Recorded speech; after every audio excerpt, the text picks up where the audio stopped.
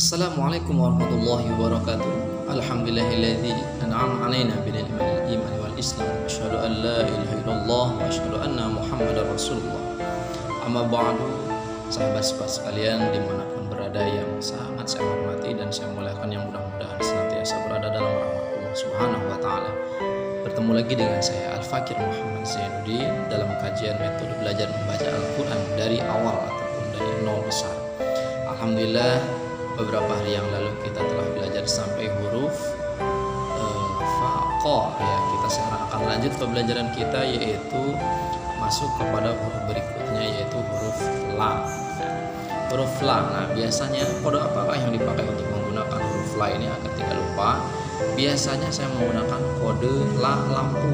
Seperti biasa, sebelum kita kasih tahu lampu, kita tunjuk dulu kepada anak didik kita. Adek, coba lihat itu di atas, ada apa? Kita tunjuk ada di atas. Biarkan dia melihat yang mana, Pak. Kalau dia misalkan bertanya yang mana, itu yang hidup. Oh, itu lampu. Nah, jadi nanti ingat ya, la lampu. Nanti kita akan menggunakan kodenya tunjuk semacam ini. Ketika nanti ia bertemu dengan huruf la dan lupa, kita tinggal tunjuk tangan ke atas. Semacam itu. Tunjuk saja ke atas la, jadi lampu. Ketika ia lupa nanti. Terus suruh baca la qola ba ja'ala kholat dan seterusnya. Jika ia masih lupa, terus tunjukkan huruf la dan la. Setelah huruf la, kita akan masuk pada huruf berikutnya, yaitu huruf ma. Nah, kalau huruf ma, kita akan menggunakan kodenya kode mata. Mata. Seperti biasa, kita akan tanyakan kepada mereka, kita sentuh bagian matanya. Ini apa? Mata kita boleh ini apa? Mata. Ini mata ya. Atau biasanya saya tunjuk dengan dua jari seperti ini. Ini apa ini? Mata. Oke. Nanti ketika bertemu dengan huruf ma, ingat ini mata. Mata. Kalau dia bertemu dengan huruf ma, lalu dia nanti lupa, maka silakan gunakan kodenya tunjuk dua jari. Set. Pertama kali biasa agak dekat saja, atau ke mata kita sini boleh, atau ke mata mereka boleh.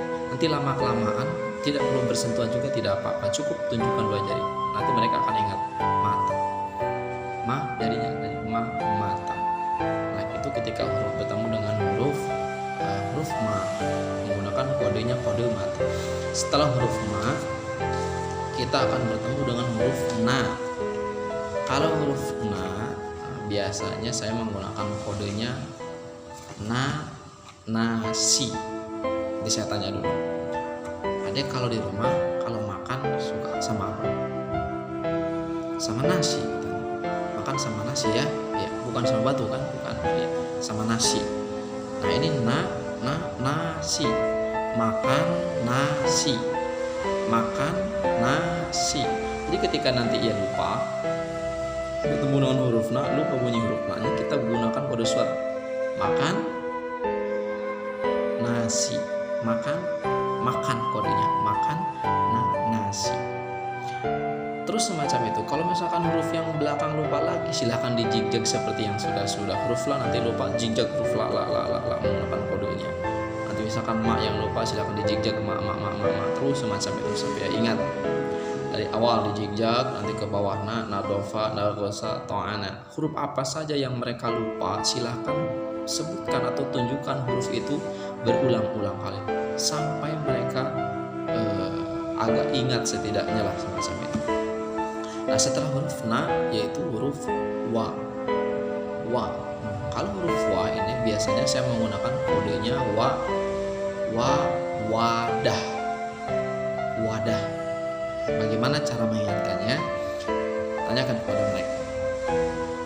Tanyakan kalau di rumah, kalau makan atau misalkan makan apapun itu biasanya dipakai apa di rumah?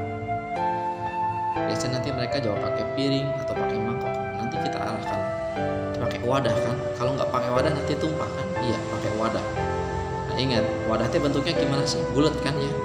Bulat. Nah, biasanya saya menggunakan tangan saya semacam ini. Bulat kan ya? Nah, ingat ya, wadah. Ini kayak wadah. Wadah kayak gini. Ini wadah. Kalau berarti wadah. Nanti ketika mereka bertemu dengan huruf wawu, kalau mereka misalkan nanti lupa, kita gunakan kode isyarat gerakan. Berarti nanti mereka akan berpikir ini wadah, oh wa, semacam itu. Terus macam itu, terus sampai paham. Nah, kalau setelah huruf waw, kita nanti akan bertemu dengan langsung huruf H.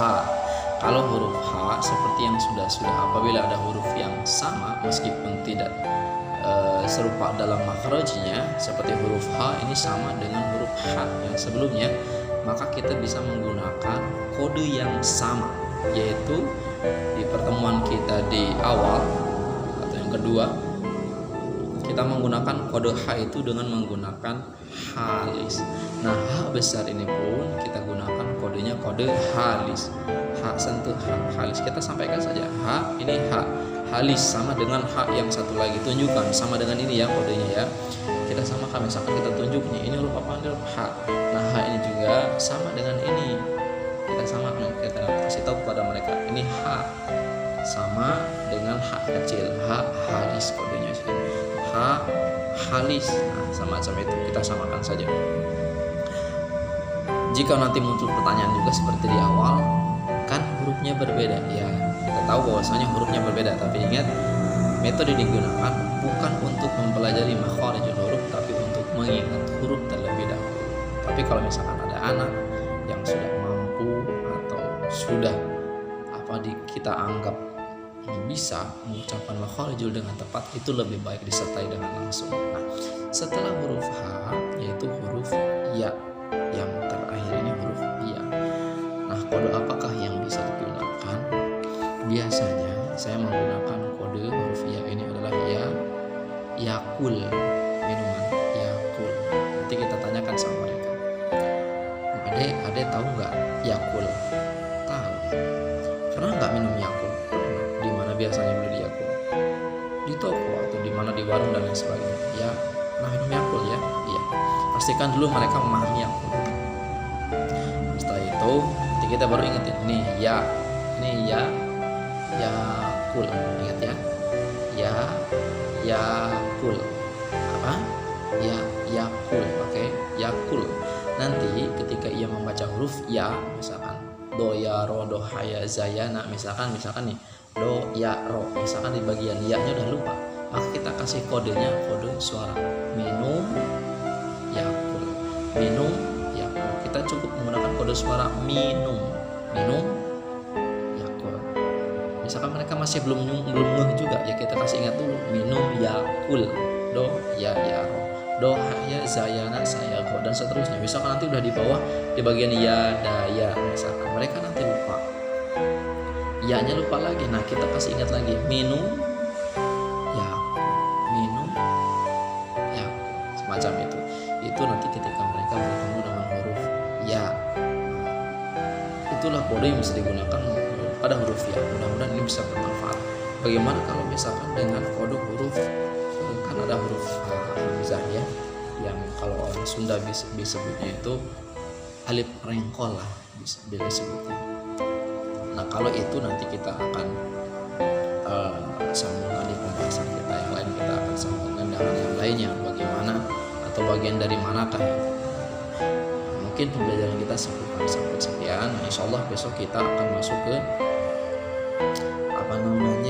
kalau tidak masuk ke makharijul huruf, kita akan masuk ke pembagian atau inti iqra 1. Inti iqra 1 itu yang mana sih, intinya kayak mana sih, dan juga masuk kepada persamaan huruf namun bentuknya yang berbeda. Makhrajnya sama tapi bentuknya berbeda, tetapi hurufnya sama. Insyaallah kita sambung itu besok. Mudah-mudahan bisa bermanfaat. Jangan lupa like, komen, dan subscribe. Saya Al-Fakir Muhammad Zaidi, mohon maaf atas segala kekurangan. Assalamualaikum warahmatullahi wabarakatuh.